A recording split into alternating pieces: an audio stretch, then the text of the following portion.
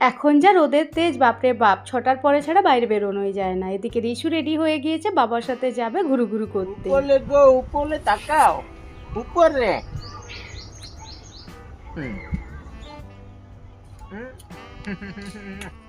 আর এইদিকে আজকে রিশু প্রথম বেবি ক্যারিয়ারে চেপে বাবার সাথে যাবে ঘুরু ঘুরু করতে।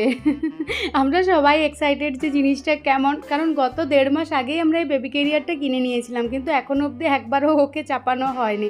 তো বেশ 2-3 দিন আগে থেকেই চেষ্টা চলছিল, কিন্তু ফাইনালি আজকে রিশুকে নিয়ে ঘুরতে যাওয়া হচ্ছে বেবি ক্যারিয়ারটাতে।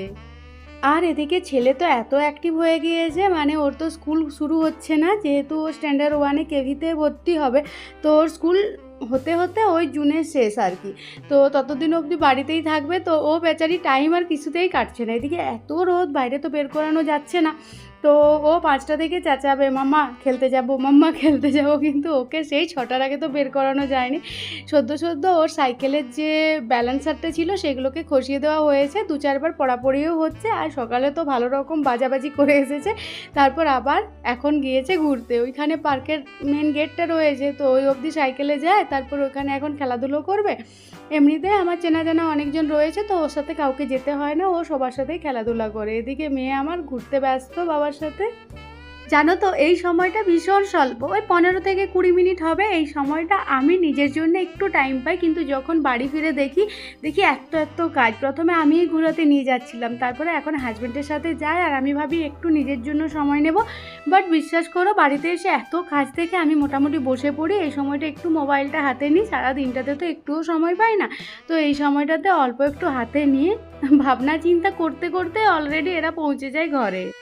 এখন তো আমাদের কোনো রুটিন নেই, সব রুটিন এলোমেলো হয়ে যাচ্ছে। আজকে সকালে টাইম পাচ্ছি তো কালকে বিকেলে, কালকে দুপুরে তো পরশু রাত্রে, এই রকম সিচুয়েশন। তো ছেলেও এখানে ঘুরছে, বাবাও মেয়েকে নিয়ে ঘুরতে গিয়েছে।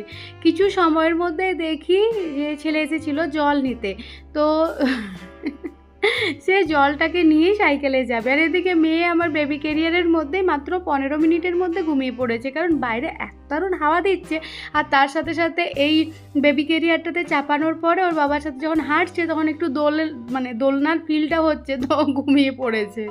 এই চলো আর তুমি গিয়ে সময় না 15 মিনিট হয়নি, মেয়ে ঘুমিয়ে পড়েছে। আর এদিকে ছেলে একটা জলের বোতল নিয়ে যাচ্ছে, তাকে বলা হচ্ছে যে জলের বোতল নিয়ে যেতে হবে না, যখনই জল তেষ্টা পাবে সাইকেলে করে এসে খেয়ে চলে যাবি। তো না, সে নিয়েই যাবে। ফাইনালি অনেকবার বোতল ফেলাফেলির পরে লাস্টে পিছনে ওটাকে আটকে নিয়ে গেল। এই দুটিতে মিলে আমাদেরকে এখন এমনভাবে মাতিয়ে রেখেছে, মানে সারাটা দিন 24 আওয়ার্সের জায়গায় যদি 48-72 আওয়ার্স হতো, তাতেও আমাদের কম পড়ে যেত। কি ঘুরে দিই झूले जैसे फील हो रहा है उसको, बस से एकदम लटके हुए हैं हम लोग।